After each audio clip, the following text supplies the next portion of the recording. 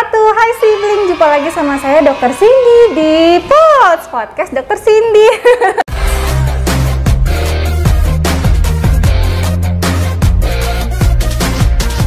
Assalamualaikum dokter, Masya Allah.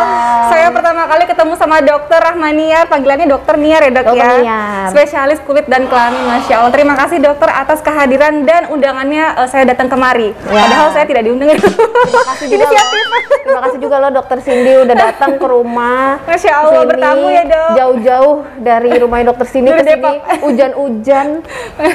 Tapi terima kasih banyak dok sudah menunggu sekian jam ya dok. Sekian purnama. Baik dok, karena banyak banget yang tanya tentang kulit. Kemarin saya sudah podcast bersama dokter spesialis saraf, spesialis obstetrik ginekologi. Sekarang sama kulit nih, karena banyak banget yang antusias sama perawatan kulit, penampilan, jerawat dan lain sebagainya. Gitu dok.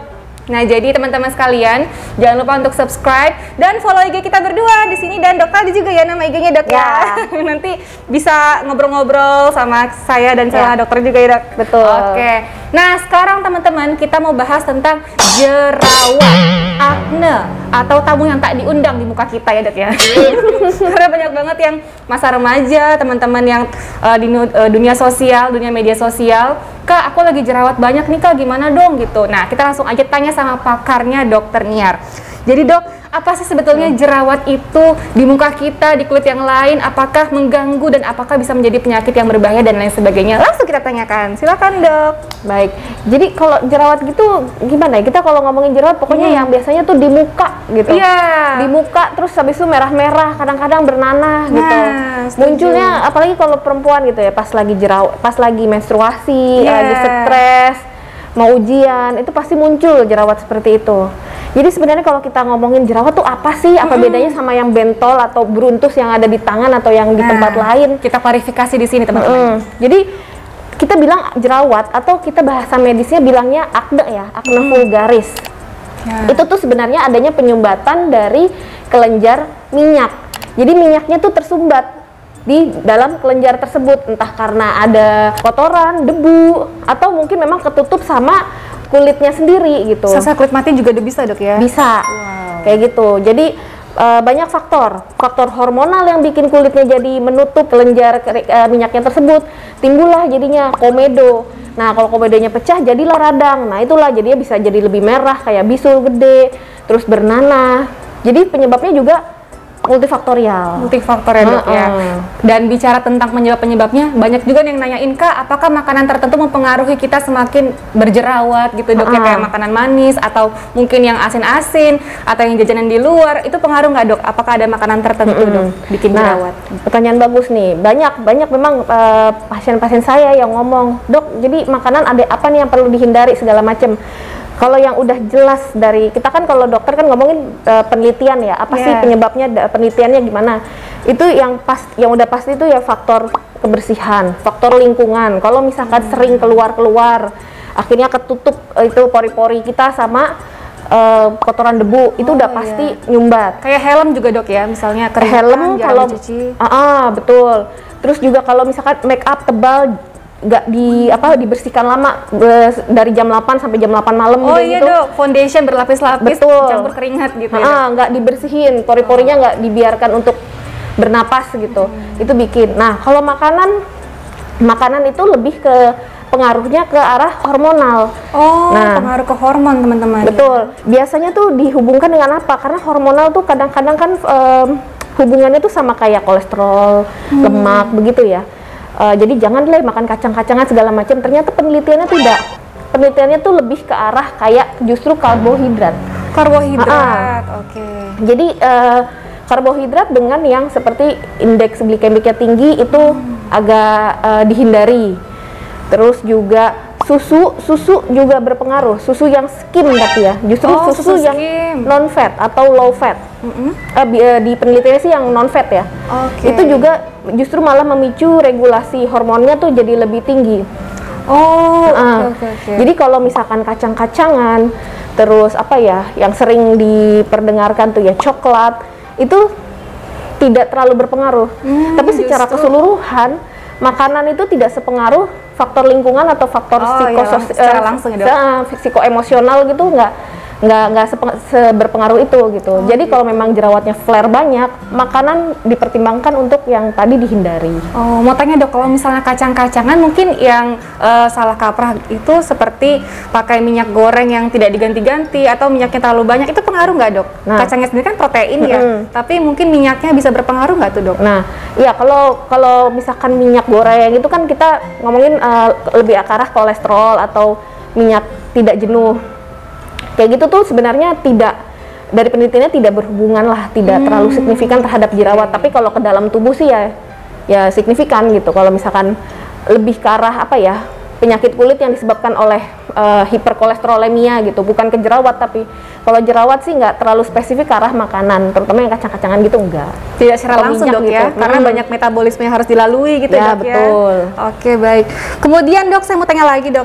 Kalau seperti hal-hal yang simpel nih, biasanya kayak ganti spray itu seminggu harus berapa kali, kalau kotor harus ganti, atau teleponan suka keringetan ditempel, ada juga tuh dok. Pengaruh nggak dok itu buat teman-teman?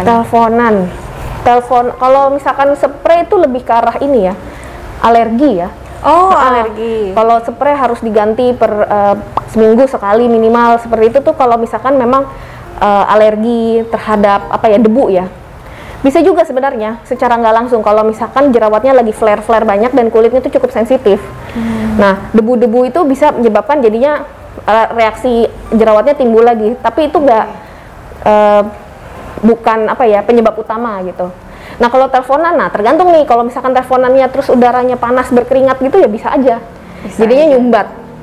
Jadi kadang misalnya ada yang lagi jerawatnya muncul, terus harus diperhatikan kira-kira aku habis ngapain, misalnya apakah makeupan belakangan ini nggak dibersihkan, ya, atau betul. misalnya kalau skincare tidak cocok bisa pengaruh nggak dok? Bisa ya dok. Skincare yang nggak cocok tuh, misalkan apa ya?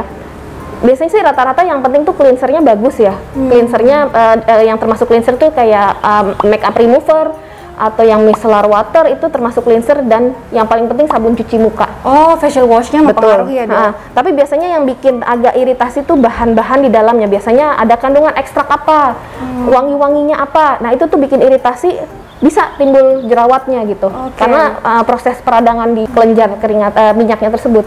Setuju dok. Misalnya kayak mempengaruhi, yang dipengaruhi misalnya ada fragrance-nya, wangi buatan, itu bisa sangat mempengaruhi dan bikin iritasi juga ya dok? Ya, itu yang masing-masing individu tuh memang beda-beda.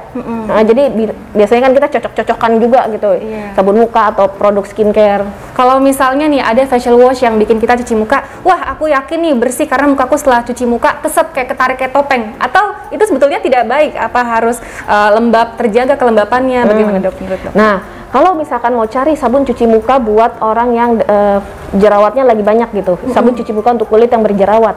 Jerawat itu pada dasarnya kan produksi rata, sebagian besar produksi minyaknya itu berlebih.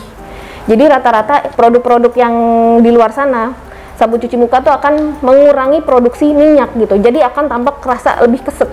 Gitu, mengeringkan, karena dia ngangkat-ngangkat minyak-minyak yang ada di wajah gitu, pasti akan lebih keset.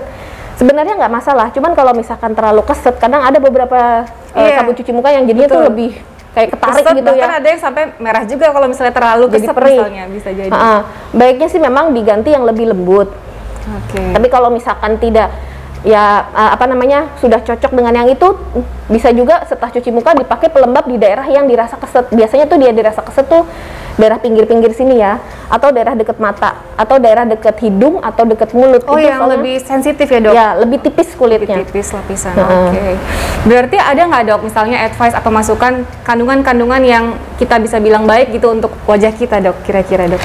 Kalau untuk kandungan-kandungan yang baik secara wajah keseluruhan ya, memang kalau secara dasar aja, kurangin bahan-bahan wangi-wangian sama bahan-bahan yang terlalu berwarna.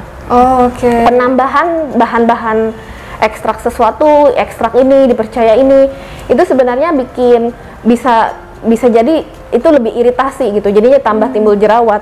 Tapi nggak dipungkirin, penelitian tentang jerawat tuh banyak. Misalkan nih, kandungan asam salisilat pada sabun muka itu tuh juga bagus buat mengeringkan jerawat. Kandungan tea tree oil pada sabun muka atau pada skincare itu juga bagus untuk meredakan dari jerawat tersebut. Kayak gitu. Berarti memang terkandung yang di dalamnya itu juga harus dilihat all skin type atau misalnya untuk kombinasi tipenya tergantung tipe-tipe kulit kita ya dok ya? Ya biasanya sih lebih ke arah ini sensitif apa enggak dulu gitu. Nanti baru dirasain kulitnya lebih tipe kombinasi, tipe minyak atau tipe kering gitu. Nah sebelum kita lanjut tentang jerawat dok, ada yang nanya tentang cara kita mengetahui tipe-tipe kulit wajah kita dok. Cuci muka dulu misalnya pakai facial wash, kemudian dibiarkan tanpa apapun skincare, lalu kita lihat setengah jam setelahnya apakah oily, apakah kesat atau bagaimana dok untuk menentukan tipe kulit wajah kita. Nah daerah yang lebih kering tuh biasanya di daerah pipi itu atau jidat bagian luar. Kalau misalkan kulitnya tipe yang kering bisa dirasakan. Kalau tipe kulit yang kering cuci muka aja dikit itu pasti rata-rata orang yang suka pakai skincare, terutama skincare yang dari dokter, itu kulitnya akan cenderung lebih kering. Kenapa? Karena skincare dokter itu biasanya. Selanjutnya saya mau nanya dok, ini tentang breakout sama purging. Ini banyak yang nanyain, bedanya apa sih? Katanya ada skincare yang bikin jerawatan, tapi katanya ini klaimnya untuk membersihkan atau detox. Sebenarnya ada nggak sih dok istilah seperti itu di dunia kesehatan?